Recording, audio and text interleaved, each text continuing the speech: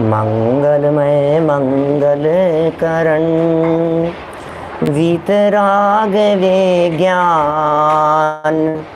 नमो ताहि जाते भये अरहंतादि महान। करि मंगल करि हो महा ग्रंथ करन के काज। जाते मिले समाज सब पावे निज पद राज। पावे निज पद राज। इस भवतरु का मूल एक जानहु मिथ्या भाव। ताको करि निर्मूल अब करिए मोक्ष उपाव। करिए मोक्ष उपाव। मोक्ष मार्ग प्रकाशक नामक यह ग्रंथ है। आचार्य कल्प पंडित प्रवर टोडरमल जी साहब की अनुपम रचना।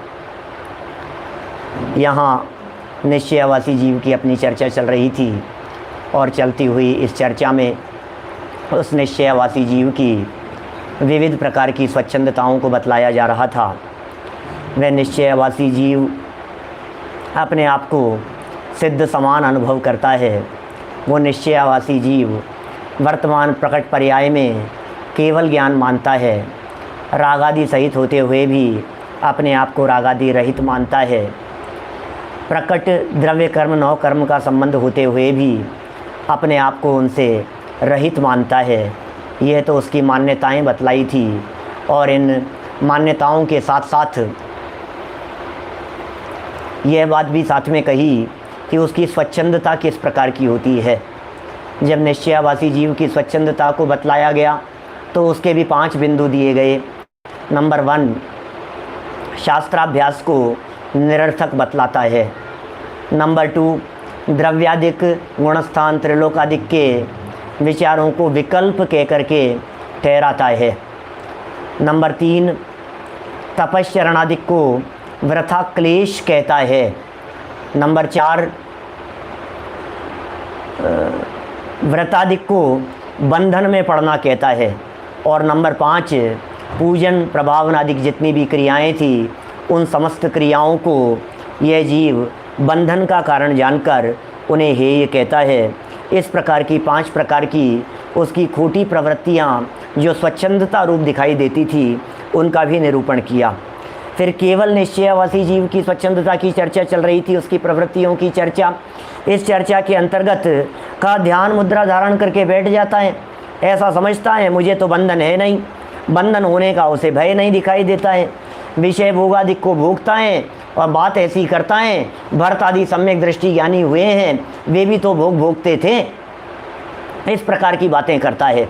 लेकिन भाई ज्ञानी की अंतरंग परिणति कैसी होती है, सम्यक दृष्टि ज्ञानी जीव का अंतरंग कैसा होता है और बहिरंग कैसा, इसका विशेष निरूपण पंडित जी साहब आगे करने वाले थे, जो हमारे अभाग्य से वो पूर्ण नहीं हो सका। इसके पश्चात रागादिक छोड़ने योग्य हैं, जैसे इस बात का निर्णय नहीं हो वो सम्यक दृष्टि कैसे हो सकता है। चाहे अशुभ राग हो या शुभ राग हो, दोनों ही राग छोड़ने लायक ही हैं। ऐसी दृढ़ श्रद्धा सबसे पहले होनी चाहिए, क्योंकि जब तक की दृढ़ श्रद्धा नहीं होगी तब तक छोड़ेगा कैसे। राग छोड़ने के पहले राग छोड़ने लायक है ये स्वीकार किया जाता है। देखिए इस पूरी दुनिया में जो भी कार्य, जो भी त्याग किया जाता है, जो संयम लिया जाता है, जो काम किए जाते हैं, वो काम करने के पहले वैसे परिणाम होते हैं। पाप छोड़ने के पहले पाप के परिणाम होंगे, राग छोड़ने के पहले राग के त्याग के परिणाम होंगे, विषयों को छोड़ने के पहले विषयों को छोड़ने के परिणाम होंगे। समझ में आ रही है बात? माने जो भी, तो चाहे शुभ राग हो चाहे अशुभ राग हो, दोनों ही प्रकार के राग छोड़ने लायक हैं, यह श्रद्धा पहले की जाएगी।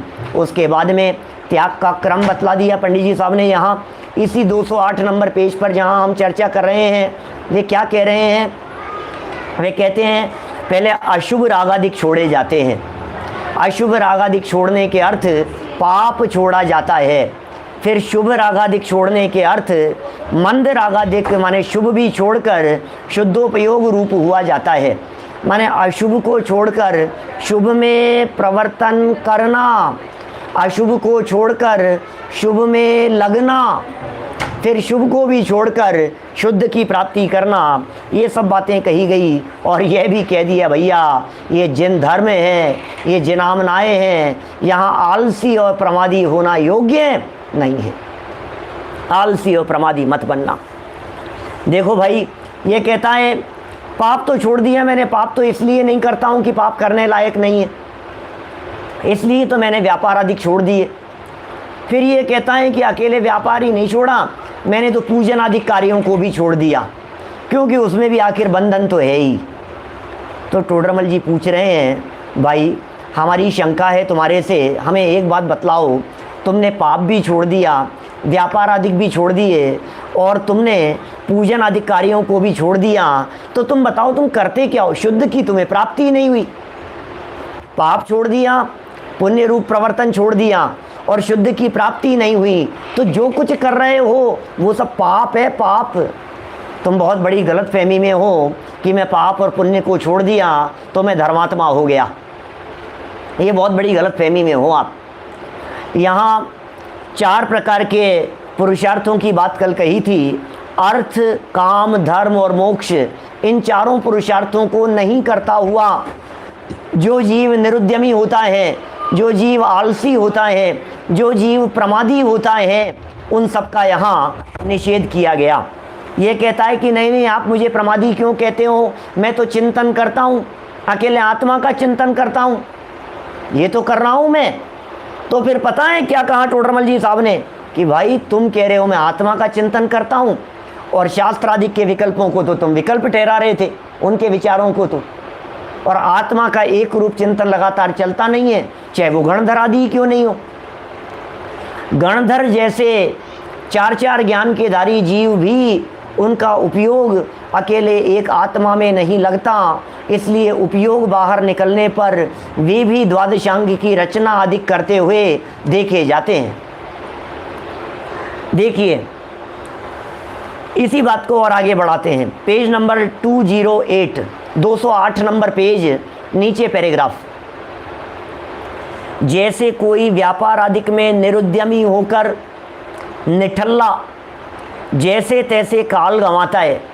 कोई निठल्ला आदमी है, व्यापार करता नहीं है, भैया तुम व्यापार क्यों नहीं, अरे नहीं मेरे से नहीं होता, आलसी प्रमादी जैसे पड़े रहता है।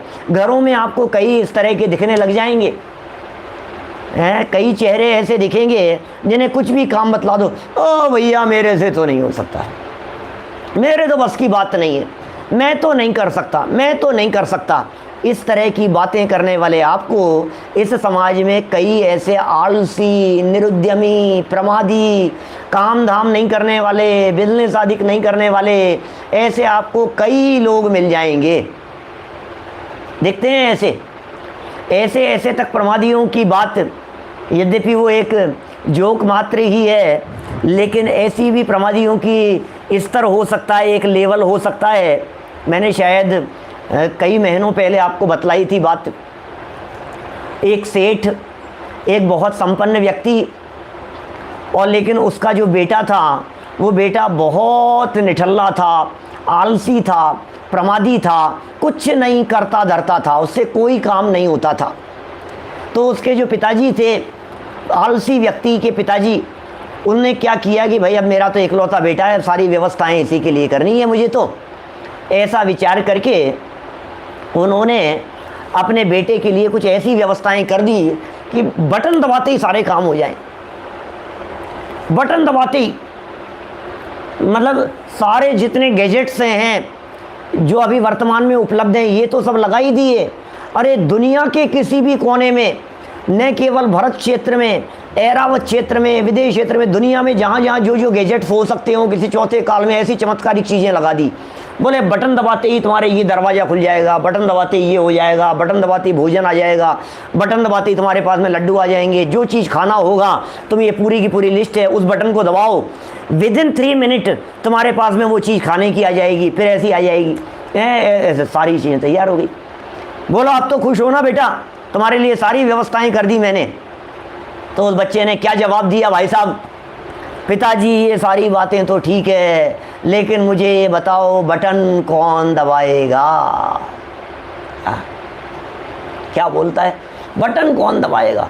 ऐसे आलसी प्रमादी, ये तो एक एक्सट्रीम लेवल पर जाकर की बात हो गई। इतने आलसी तो शायद जगत में कोई मुश्किल ही मिले आपको, लेकिन तो भी व्यापार आदि कार्यों के अंदर जिस तरह से कोई व्यक्ति निठल्ला होकर के काल गंवाता है, उसी प्रकार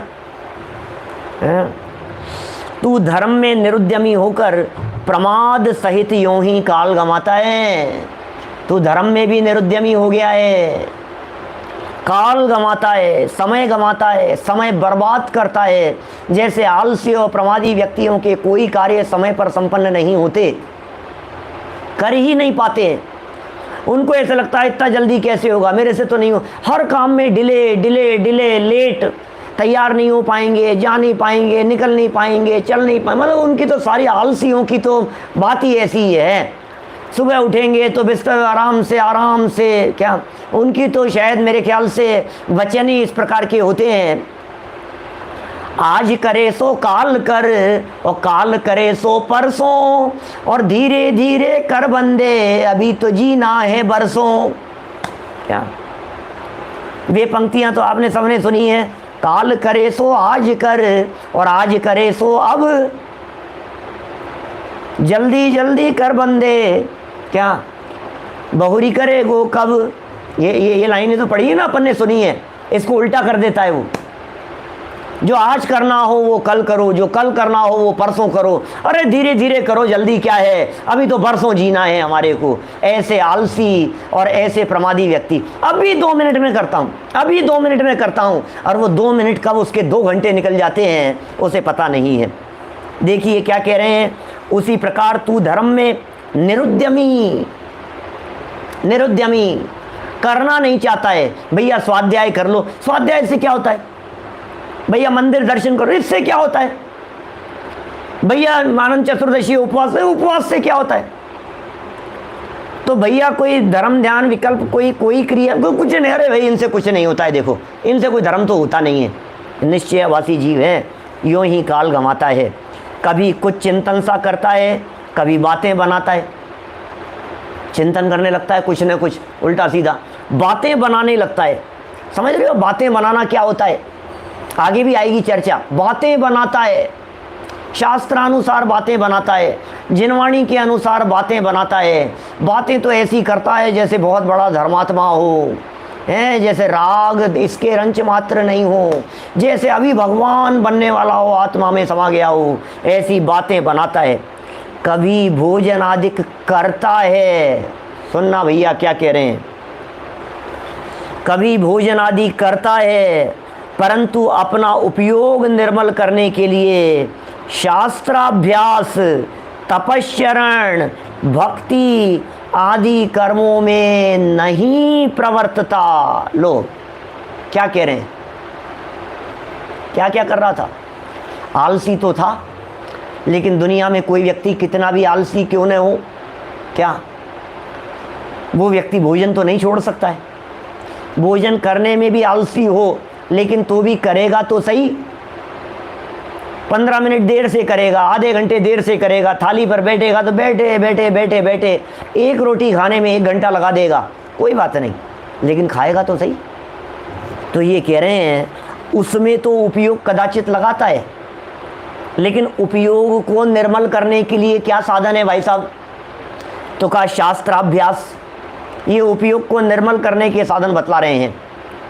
क्या क्या साधन है उपयोग को निर्मल करने के, शास्त्राभ्यास, तपश्चरण, भक्ति आदि कर्मों में नहीं प्रवर्त। कर्म शब्द का अर्थ यहाँ कार्य किया गया है, इन कार्यों में प्रवर्तन नहीं करता, भक्ति नहीं करता, तपश्चरण नहीं करता, व्रत उपवास आदि नहीं करता, शास्त्राभ्यास नहीं करता, पठन पाठन नहीं करता, जिनवाणी को पढ़ता सुनता नहीं है।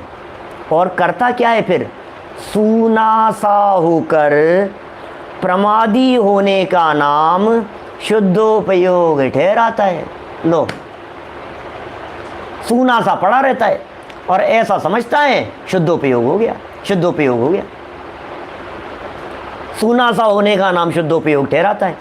वहाँ क्लेश थोड़ा होने से जैसे कोई आलसी बनकर पड़े रहने में सुख माने, वैसे आनंद मानता है। भैया क्या पड़े रहो, बस सोते रहो। अरे भाई साहब, सोना ही तो सार है, बाकी सब बेकार है, आजा प्यारी निंदिया तेरा इंतजार है।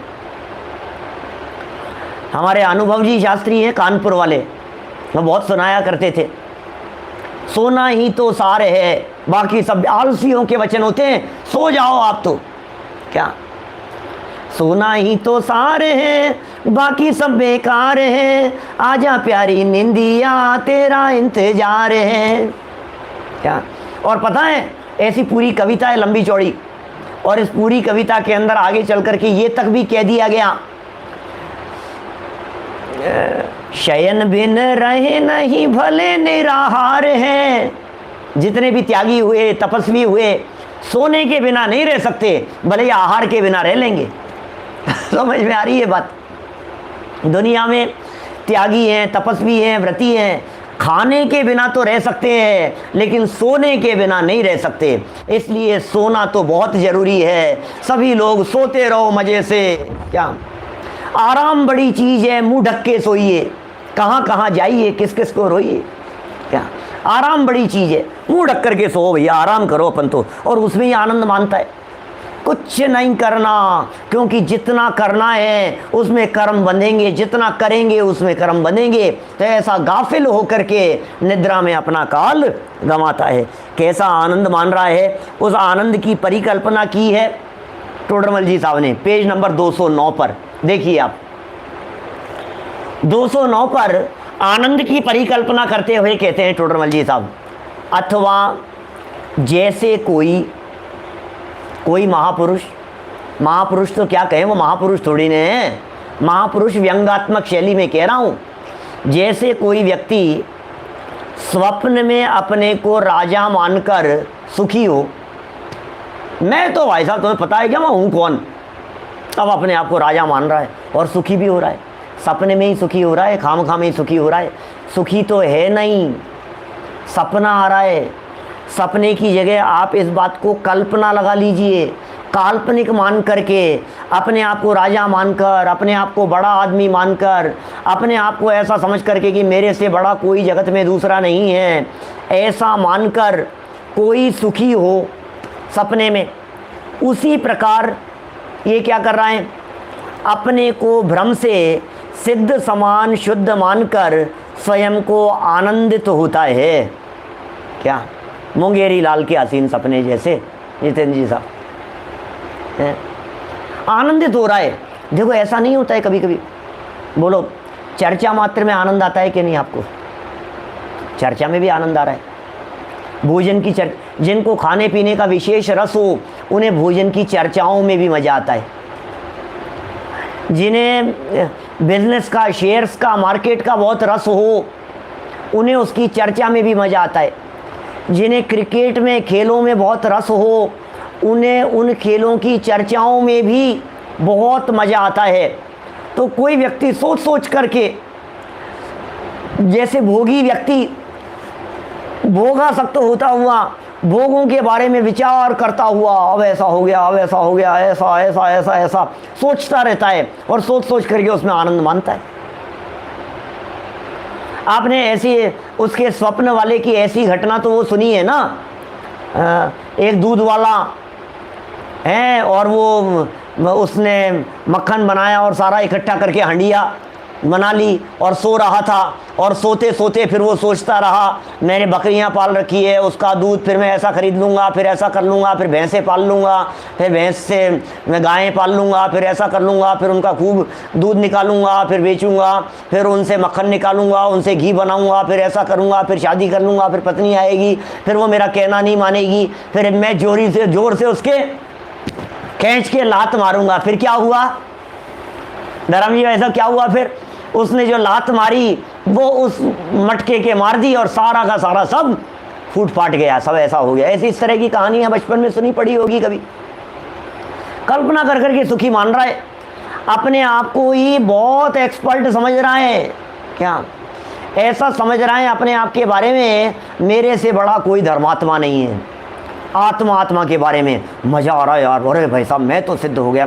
ये भूताविष्ट और ध्यानाविष्ट का उदाहरण दिया ना, जैसे 96 गाथा में समय सार में, ऐसा समझ रहा है बिल्कुल ध्यान में लीन होकर के, अच्छा मैं तो बस शुद्ध परमात्मा हूँ भैया, मैं तो अनुभव करो मैं परमात्मा हूँ, और अपने आप को परमात्मा ही अनुभव कर रहा है। अब ये पागल हो गया, ये काल्पनिक बातें कर रहा है। वेदांत दर्शन वाले इस सारे जगत को ब्रह्म कहते हैं। स्वप्नमय यथा दृष्टम गांधर्व नगरम यथा, इस तरह की बातें कहते हैं वेदांत दर्शन में। सारा जगत इस प्रकार का है वो ऐसा समझ रहा है, ऐसा ही अनुभव करने लगता है, ऐसा ही फील करने लगता है, बार बार में विचार करता हुआ वही फील कर रहा है, ऐसा ही है। आप महसूस कर देखो, ये जो महसूस करता है ना, इसकी भी बड़ी अजीब तरह की कहानी है। काल्पनिक कहानी की बात कर रहा हूं मैं। ये जीव कल्पना मात्र करता हुआ, विषय कषाय का विचार मात्र करता हुआ अनुभव करता है, अब ऐसा अब ऐसा अब ऐसा अब ऐसा, और वैसा ही मानने लग जाता है कि ऐसा हो गया। बोलो, जैसे पागल व्यक्ति, नादान मूर्ख व्यक्ति इस तरह की कल्पना करे, क्या मेरे साथ ऐसा हो गया, मेरे साथ ऐसा हो गया, मेरे साथ ऐसा हो गया, तो वैसा ही फील करने लग जाता है। भैंसे के सींग की चर्चा की, इस तरह की बहुत सारी बातें हैं। तो टोडरमल जी यहाँ ये कह रहे हैं, सिद्ध समान शुद्ध मान करके आनंदित होता है। भैया कुछ दम नहीं है इस कल्पना में, ये काल्पनिक बातें हैं। पीछे इन बातों को सिद्ध कर दिया है। सिद्ध समान आत्मा को कहा गया है, लेकिन वो द्रव्य दृष्टि से कहा गया है। सिद्ध समान आत्मा की चर्चा की है, लेकिन वर्तमान पामरता का भी भाव वासन होना चाहिए, भान होना चाहिए हमारे को। जिसे पामरता का भान नहीं है, जिसे अपने वर्तमान में राग और अपनी कमजोरी का पता नहीं है, और सिर्फ कल्पना में ही अपने आप को सिद्ध मान रहा है, वो जीव मूर्ख व्यक्ति है। जैसे देखो आगे भी उदाहरण दिया, अथवा जैसे कहीं रति मानकर सुखी होता है। आप कल्पना करो, मैं यहाँ बैठा हुआ हूँ, कौन सी मिठाई पसंद है आपको? कौन सी मिठाई पसंद है भाई साहब? रसगुल्ला। आप कल्पना करो, आंखें बंद करो, मेरे सामने बहुत सारे रसगुल्ले आ गए। अरे यार कितना मज़ा आ जाएगा ना। ओहो, रखे हुए हैं बहुत सारे रसगुल्ले, बहुत सारे रसगुल्ले रखे हुए हैं। एक रसगुल्ले को मैंने उठा लिया और मैंने मुंह में रख लिया, मज़ा आ रहा है, और फिर एक और रसगुल्ला खाऊंगा। और सोचे जा रहा है, अभी अभी पागल आदमी खुद ही कल्पना कर करके सोचे जा रहा है, ऐसा हो गया, ऐसा हो गया, ऐसा हो गया। अच्छा मुझे बतलाइए, जिस काल्पनिक व्यक्ति की यहाँ चर्चा कर रहे हैं, अपनी कल्पना में सुख मानने वाले की बात कर रहे हैं, क्या हम लोग ऐसे पागल नहीं हैं क्या? बोलो। स्वाद भी ले लेता है रसगुल्ले का, उसे स्वाद भी आ रहा है, वो ऐसा अनुभव करता है मानो मैंने रसगुल्ले को खा लिया हो। आप हम लोग नहीं हैं ऐसे? जब हम लोग अपने सुखद भविष्य की कल्पना करके आनंदित होते हैं तो क्या करते हैं? बोलो, क्या वो भ्रम जनित आनंद नहीं है? बोलो, भ्रम जनित आनंद नहीं है क्या? जब हम सोचते हैं अरे ये बच्चा बड़ा होगा, जब माँ अपने बच्चे के बारे में सोचती है ये बड़ा होगा, अच्छी सी बहू लाऊंगी, वो बहू मेरे लिए रोटियां बनाएगी, मेरे पैर दबाएगी, ये जो कल्पनाएं करते हैं लोग, बिजनेस के बारे में कल्पना करते हैं, आप देखना मैं ऐसा बढ़ाऊंगा फिर ऐसा हो जाएगा, सोच सोच करके रात रात भर कमाने के विचार करते हुए नींद नहीं आती है और आनंदित होता रहता है। एक आध दो पार्टी क्या मिल गई इसे, ये सपने देखने लगता है, ऐसा हो जाएगा, मजा आ जाएगा भाई साहब। अब देखना थोड़े दिनों के अंदर तो मैं अपनी बिजनेस को कहां से कहां तक पहुंचा दूंगा, मैं अपनी कंपनी को कहां से कहां तक पहुंचा दूंगा। ये कल्पना करता रहता है, बोलो, और उस कल्पना के दम पर सुखी भी होता रहता है, सोच करके सुखी होता रहता है। भोगने वाले भोग की कल्पना करके सुखी होते रहते हैं, बिजनेस वाले बिजनेस की कल्पना करके सुखी होते रहते हैं। ऐसे ही यह निश्चय आवासी जीव अपने आप को सिद्ध मान करके झूठी कल्पना करके अनुभव करता रहता है, मैं तो सिद्ध हूं, मैं तो सिद्ध हूं, और बैठा है निठल्ला। ये टोडरमल जी कैसे कहां से सोच सोच करके बातें लाते हैं, देखिए आप। अथवा जैसे कहीं रति मानकर सुखी होता है, कहीं रति मानकर का मतलब क्या है? रति मतलब है तन्मयता, रति मतलब है जुड़ान, रति मतलब है एक में एक पन मान करके सुखी होता है। उसी प्रकार कुछ विचार करने में रति मानकर सुखी होता है और उसे अनुभव जनित आनंद कहता है। लो प्रॉब्लम कहाँ है? देखिए जिनवाणी भी ये कहती है, अपने राजेंद्र पंडित जी साहब का भजन भी कहता है, जिसकी चर्चा ही है सुंदर तो वो कितना सुंदर होगा। आत्मा की चर्चा मात्र में ही आनंद है। हम भी कहते हैं, आज ही नहीं अनेक बार कहते हैं, कई बार कहते हैं और कहेंगे भी भविष्य में भी, कि आत्म तत्व की चर्चा मात्र में आनंद है, कहेंगे बराबर। लेकिन यहाँ जो ये अज्ञानी जीव समझ रहे हैं, ये कह रहा है उस चर्चा मात्र को ही, उन विकल्प मात्र को ही अनुभव जनित आनंद कहता है। बोलो जय कुमार जी साहब रतलाम से, बोलो क्या कह रहे हैं? उस विकल्प मात्र को, एक रतन अनमोल है तो फिर रत्नाकर कैसा होगा, ये जो विकल्प चल रहे हैं अंदर में, अरे आत्मा अनंत गुणों का खंड पिंड है, आ गया भैया यही तो आनंद है और आनंद क्या होगा, ये भ्रम से उस विकल्पों को आनंद मान रहा है। आनंद तो है नहीं, आत्मा का आनंद तो निर्विकल्प अवस्था में होता है। निर्विकल्प अवस्था तो हुई नहीं है, निर्विकल्प आनंद की प्राप्ति तो हुई नहीं है, और भ्रम से सिर्फ काल्पनिक विकल्पों का आनंद है। विकल्पों का आनंद और क्या है? आपको कोई गाड़ी खरीदनी हो तो गाड़ी खरीदने के पहले चलने वाले विकल्पों में जो आनंद आता है, वो आनंद से ही कितने खुश हो जाते हैं। अरे पता है मैं 2 करोड़ की गाड़ी खरीदने वाला हूँ, 2 करोड़ की गाड़ी खरीदने वाला हूँ, और विचार कर करके अब देखना महीने बर्बाद में वहाँ से वो कमीशन आएगा, वहाँ से वो चेक आएगा, वहाँ से उसका पैसा आ जाए, फिर देखना ये गाड़ी आने वाली है, और खुश होता रहता है, खुश होता रहता है। उसको पता ही नहीं है कि ये सारी कल्पना टूट जाएगी। काल्पनिक आनंद मात्र है, क्या कहें। ये निश्चयवासी जीव भी ऐसे काल्पनिक आनंद में जी रहा है, भ्रम में जी रहा है, क्या कहें।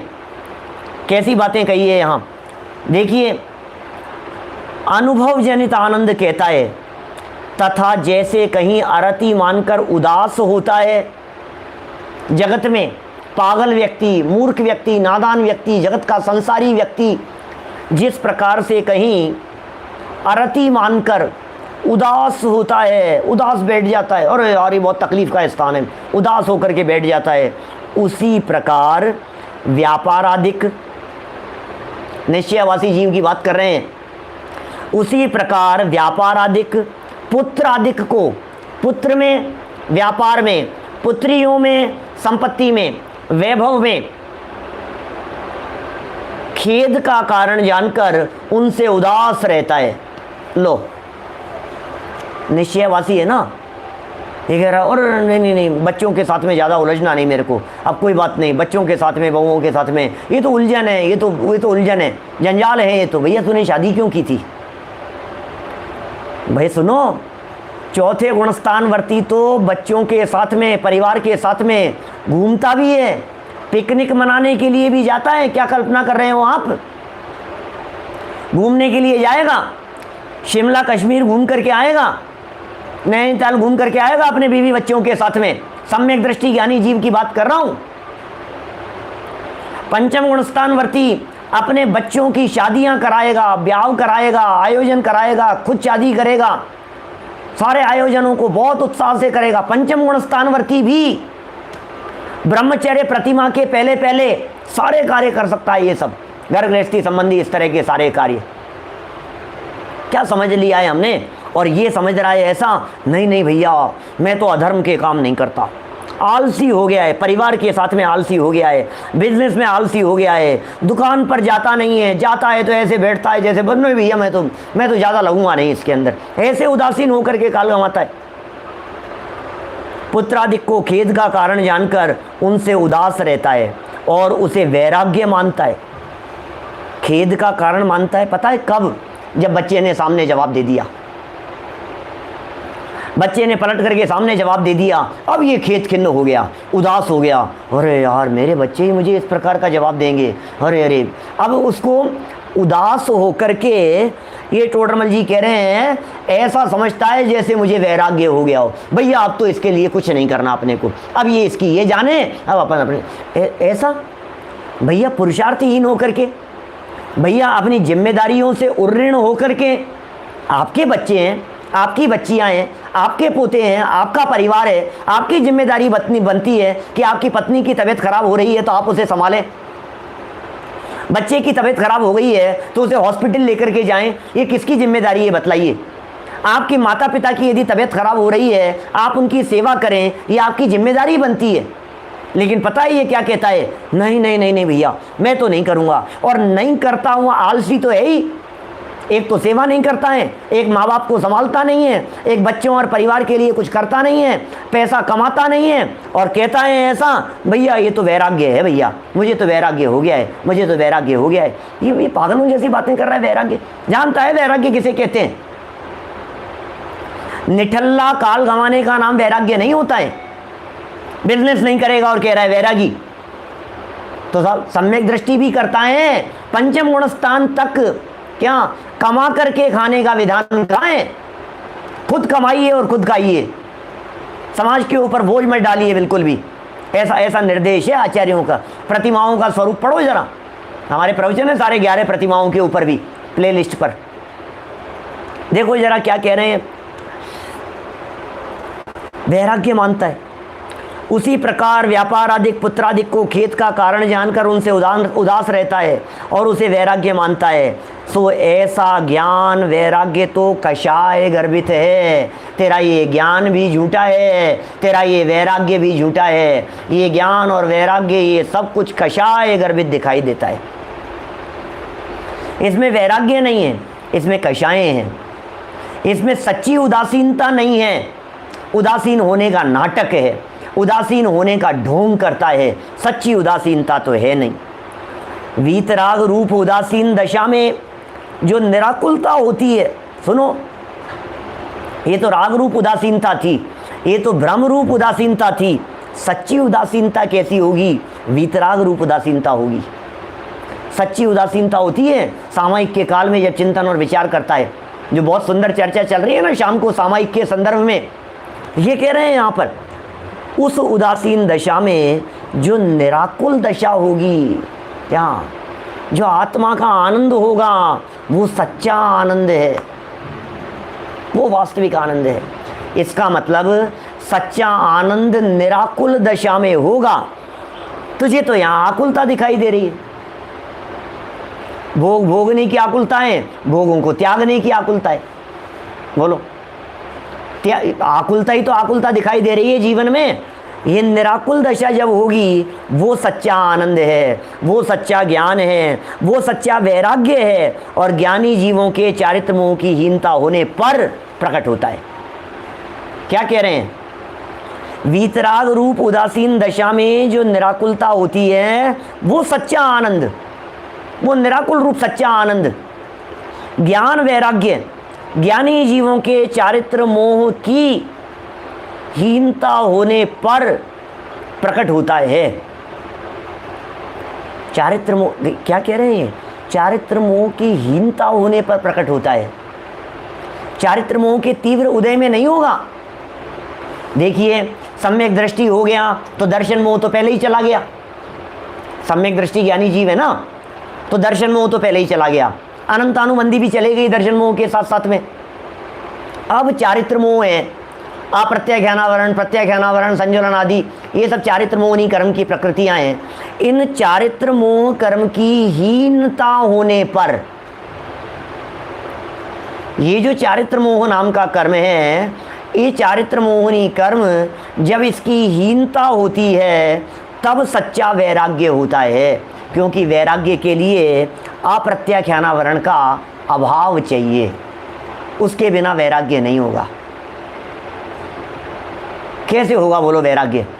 सच्चा वैराग्य सम्यक दृष्टि ज्ञानी जीव के भी चतुर्थ गुणस्थान की भूमिका में मिथ्यात्व और अनंतानुबंधी चले जाने पर अभी सच्चा वैराग्य नहीं है। नहीं कह रहे हैं आप? क्या बात कर रहे हो साहब, सम्यक दृष्टियों के सच्चा वैराग्य नहीं है, बिल्कुल नहीं है। क्योंकि अभी जो अप्रत्याख्यानावरण है, अप्रत्याख्यानावरण कषाय के तीव्र उदय में संयम नहीं हो सकता। अप्रत्याख्यानावरण कर्म के अभाव के बिना संयम अंगीकार करने का वास्तविक भाव नहीं आ सकता। इसलिए जब अप्रत्याख्यानावरण कषाय चली जाती है तब सच्चा वैराग्य होता है, तब सच्चा संयम होता है, तब ये जीव धारण करता है, प्रतिमाएं धारण करता है, अणुव्रत धारण करता है, तब उसके जीवन में इस प्रकार की परिस्थितियां होगी। बोलो, सोचो जरा, कितनी सुंदर बात कह रहे हैं, कितना सुंदर। माने कहाँ अध्यात्म की चर्चाएं करते करते कहाँ बीच में कर्णानुयोग की चर्चाएं ले आते हैं टोडरमल जी साहब, सर्वांगीण बात करते हैं। कहाँ राजा का उदाहरण देते हुए मानो प्रथमानुयोग शैली का प्रयोग किया, और कहाँ क्या प्रवृत्ति की बात करते हुए चरणानुयोग भी बतला दिया। शुद्ध आत्मा की अनुभूति की बात जहाँ कर रहे हैं वहाँ द्रव्यानुयोग बतला दिया, और चारित्र मोहनी कर्म प्रकृति की हीनता की बात कह करके कर्णानुयोग भी ले आए। एक ही पैराग्राफ में आपको चारों अनुयोगों की झलक दिखाई दे रही है। ये टोडरमल जी की समन्वित शैली है। एक ही पैराग्राफ के अंदर यहीं चरणानुयोग भी झलक रहा है, यहीं कर्णानुयोग भी झलक रहा है, यहाँ द्रव्यानुयोग भी आ रहा है। क्या गजब बात करते हैं भाई साहब, अजब गजब की शैली है पंडित जी साहब की, किसी को छोड़ करके चलते नहीं है। देखिए क्या कह रहे हैं, सच्चा आनंद, सच्चा आनंद माने आत्मा का आनंद, सच्चा आनंद माने अपना आनंद। वो कैसे होगा? जब सच्चा वैराग्य होगा, जब सच्चा ज्ञान होगा, तब होता है ऐसा सब कुछ। चारित्र मोह की हीनता होने पर प्रकट होता है भैया। चारित्र मोह तो छोड़ो, इस निश्चयावासी जीव के अभी दर्शन मोह का भी ठिकाना नहीं दिख रहा है। ऊट पटांग चल रही है सारी स्थिति, दर्शन मोह भी नहीं मिटाया अभी इसके। चारित्र मोह तो बहुत दूर की बात है। निठल्ला और आलसी होकर के अपने आप को धर्मात्मा मानने की भ्रम जनित कल्पना कर रहा है, झूठी कल्पना कर रहा है। जगत के जीवों को यह प्रदर्शित करता है कि मैं बहुत बड़ा धर्मात्मा हो गया हूँ, लेकिन सच में तो धर्म है नहीं। देखिए अगला वाला पैराग्राफ, तथा वह व्यापार आदि क्लेश छोड़कर, व्यापार आदि तो क्लेश थे, वह मतलब कौन? उसी निश्चयवासी जीव की चर्चा चल रही है। तथा वह व्यापार आदि क्लेश छोड़कर यथेष्ट भोजन आदि द्वारा सुखी हुआ प्रवर्तता है, और वहां अपने को कषाय रहित मानता है। लो क्या करें बोलो, व्यापार आदि से निवृत्त हो गया। मेरे से कई बार कई लोग इस तरह की बातें पूछते हैं, पंडित जी यार हमारा मन हो रहा है बहुत, बिजनेस वगैरह छोड़ करके, सब छोड़ छाड़ करके इसी में लग जाएं यार, रास्ता तो एक ही है। क्या मुझे ध्यान आ रही है, अलवर के अंदर मेरे से किसी ने पूछी थी, नाम मैं उनका भूल गया, अलवर का तो स्पष्ट ध्यान है, और बाकी भी और भी कई जगह पर कई लोग प्रश्न करते हैं। प्रश्न क्या करते हैं, पंडित जी आपकी क्या राय है, मैं सब छोड़ करके, बिजनेस काम नाम छोड़ करके दिन रात इसी में लग जाऊं ना, स्वाध्याय अध्ययन मनन, क्योंकि भैया जीवन का सार तो यही है। क्या सब कुछ इसी में लग जाएं अपन, तो अध्ययन मनन करेंगे, पढ़ेंगे पढ़ाएंगे, बस यही अपना तो यही जिंदगी है अपनी, तो अपन तो सब कुछ छोड़ करके इसी में लगना चाहते हैं। बोलो आपकी क्या राय है, तो पता है क्या राय होगी बतलाओ। अपने जैसे कोई साधर्मी विद्वान किसी भी व्यक्ति से बात पूछा जाए तो राय क्या देंगे? बहुत अच्छी बात है यार, बहुत अच्छा है यार, इससे अच्छा क्या हो सकता है, यही कहेंगे ना। लेकिन मेरा जवाब ये नहीं है। मेरा जवाब पता है क्या होता है? मेरा जवाब सामने वाले व्यक्ति से अगला प्रश्न पूछा जाता है कि आप बतलाइए, कि भाई क्यों हमसे पूछ रहे हो पंडित जी, हम आपसे पूछ रहे हैं, नहीं पहले मेरे प्रश्नों का जवाब दीजिए। जब आप के ऑफिस की छुट्टी होती है, जब आपकी दुकान बंद रहती है, जब आपके शोरूम के शटर डाउन रहते हैं, जब आपकी छुट्टी है, संडे है, ऐसे समय में आप कितना स्वाध्याय करते हैं, क्या करते हैं? आप अपना रूटीन बतलाइए। संडे को क्या करते हैं? नहीं संडे को तो कुछ नहीं, थोड़ी बहुत देर सो लेते हैं। अब वो 6 दिन तक तो बहुत काम धाम में बिजी रहते हैं, तो संडे को थोड़ा सा आराम कर लेते हैं, थोड़ा सा बस थोड़े बाजार के काम निपटा लेते हैं, घर के थोड़े से काम होते हैं तो वो कर लेते हैं, ठीक है, थोड़ा बहुत स्वाध्याय वगैरह भी कर लेते हैं बाकी। तो मैं ये कहता हूँ भैया सुनो, गलती से भी बिजनेस काम धाम छोड़ करके ये कल्पना मत करने लग जाना कि मैं तो धर्म ध्यान कर रहा हूँ। छोड़ मत देना, क्योंकि यदि तुम छोड़ भी दोगे तो जैसे संडे का दिन तुम्हारा इधर उधर में निकल जाता है, इस तरह से छोड़ छाड़ करके सारी ज़िंदगी तुम्हारी उठापटक में निकल जाएगी इधर उधर। कभी किसी के मिलने चले गए, कभी रिश्तेदार के यहाँ चले गए, कभी दोस्तों के साथ में बैठ गए, कभी ताश खेलने बैठ गए, कभी टीवी के सामने बैठ गए, कभी टीवी देख रहा है, कभी कुछ कर रहा है, कभी न्यूज़पेपर में टाइम बिता रहा है, कभी खाने पीने में समय बिता, ऐसा बर्बाद करेगा समय को। तो क्या करूं, नहीं करूं मैं? यार पंडित जी कैसा उपदेश दे रहे हो आप, नहीं छोड़ूं मैं? सुनो, ये छोड़ना उसके लिए उचित है जिसको स्वाध्याय के लिए समय नहीं मिलता हो। ये छोड़ना उसके लिए उचित है जिसे समय कम पड़ता हो स्वाध्याय के लिए। ये छोड़ना उसके लिए उचित है जो 2 घंटा मिलने पर भी स्वाध्याय तत्वाभ्यास के लिए अपने उपयोग को लगाता हो। यार 2 घंटा तो लगाता हूँ, फिर मुझे बिजनेस के लिए जाना पड़ेगा, दुकान पर जाना पड़ेगा, है बहुत परेशानियाँ हैं भाई साहब, क्या करूँ मैं? तो सुनो, आप अपनी दुकान, आप अपने शोरूम से 2 घंटा कम कीजिए और उस 2 घंटे को आराधना में लगा करके देखिए। सोचिए जरा, आप उस 2 घंटे को आराधना में लगाइए, और यदि 2 घंटे अतिरिक्त आराधना में लगाने के बाद भी आपको समय कम पड़ता है आराधना के लिए, तो फिर 1 घंटा और कम करके देखिए बिजनेस में, जॉब में, सर्विस में, अपने काम धाम में, और उसको आराधना में लगाइए। लेकिन जितना समय बचता है उसे तो विषय भोगादिक के अंदर लगाता है। जहां जहां समय मिलता है टाइम पास करता है, दोस्तों के साथ में बैठ करके गप्पे लड़ाता है, जितना टाइम मिला उनको तो गप्पों में बर्बाद करता है और बातें ऐसी करता है कि पंडित जी सब छोड़ छाड़ करके धर्म कर्म करेंगे। किसको बेवकूफ़ बना रहे हो आप? अपने आप को धोखा दे रहे हैं भाई साहब, गलत फहमी में मत रहना। ये टोडरमल जी की बातों को पढ़ो जरा, ये निश्चयावासी जैसी बातें दिखाई देती है हमारी को, निरुद्यमी आलसी होकर के काल गंवाने जैसी बात दिखाई देती है हमारे को। क्या कह रहे हैं टोडरमल जी यहाँ? ब्रह्म रूप प्रवृत्ति करता है, ब्रह्म ब्रह्म ब्रह्म। गलत फहमी हो गई है, गलत फहमी हो गई है, धोखा हो गया है, मैं बहुत धर्मात्मा हूँ, धोखा हो गया है, सब छोड़ दूंगा तो धर्म कर पाऊंगा। क्या भाई साहब, बहुत सारे लोग हैं हमारे साधर्मी कहते रहते हैं पंडित जी सब छोड़ देंगे तो धर्म ध्यान हो पाएगा, छोड़ देंगे तो हो पाएगा। बहुत बड़ी गलत फहमी के अंदर जी रहे हैं, नहीं हो पाएगा। सच में दिल पर हाथ रख करके कहना, 4 घंटा स्वाध्याय करने के अंदर आपको ऐसा लगता है क्या कि 2 घंटा और करने की जरूरत है? बोलो, यदि लगता हो क्या करोगे आप? आपके पास में प्लानिंग है 24 घंटे की सब छोड़ने छाड़ने के बाद में? कौन कौन से ग्रंथ का स्वाध्याय कितने कितने समय करेंगे, कितनी देर आराधना के अंदर समय बिताएंगे? आपके पास है कुछ प्लानिंग? यदि नहीं है प्लानिंग तो बिजनेस, काम, नौकरी, जॉब छोड़ करके खोटा ही काम करेंगे आप। ये मेरा कहना है। हमारे बहुत सारे साधर्मी सुन रहे हैं, आप लोगों के भी शायद इस प्रकार के प्रश्न होंगे। अपनी अंतरंग दशा को टटोले बिना स्टेप उठाना योग्य नहीं है। जब तक अंतरंग में भाव विशुद्धि न होवे, जब तक निर्मलता न बढ़े, जब तक भाव नहीं बढ़े, उस योग्य न बने, तब तक त्याग करके गलत कदम उठाना योग्य नहीं है।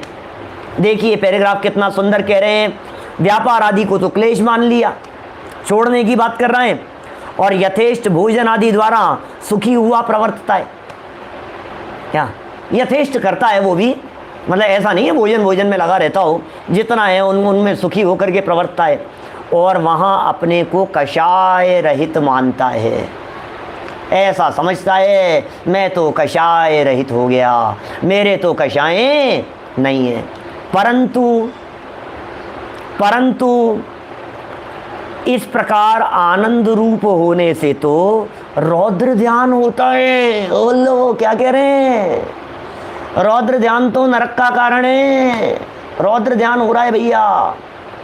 ये आलस प्रमाद जो मजा मान रहा है ना, तू हिंसा में मजा आ रहा है, झूठ में मजा आ रहा है, चोरी में मजा आ रहा है, परिग्रह में मजा आ रहा है, भोजन आदि के अंदर मजा मान रहा है। टोडरमल जी कह रहे हैं इसका नाम तो रौद्र ध्यान का है जिनवाणी में।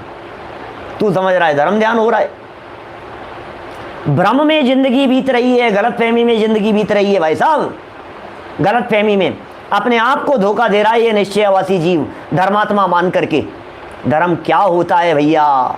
चारों अनुयोगों की स्टाइल में निश्चय व्यवहार पद्धतियों से, द्रव्यार्थिक पर्यायार्थिक पद्धतियों को ध्यान में रखते हुए, विविध प्रकार की नई विवक्षाओं को ध्यान में रखते हुए अनेक एंगल से आत्मा के स्वरूप को जानना चाहिए, तब जाकर के सच्चा धर्म होने की संभावना होती है।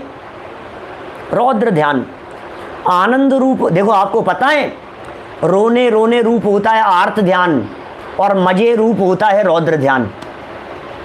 पाप में मजे मान रहा है ये रौद्र ध्यान होता है, जहाँ सुख सामग्री को छोड़कर, देखो आप सच्ची बात बतला रहे हैं, जहाँ सुख सामग्री को छोड़कर दुख सामग्री का संयोग होने पर सुख सामग्री छोड़ी और दुख सामग्री मिली, उनका संयोग हुआ, क्लेश न हो, राग द्वेष उत्पन्न न हो, तब निकषाय भाव होता है, तब सच्ची सामायिक होती है, तब सच्ची आराधना होती है।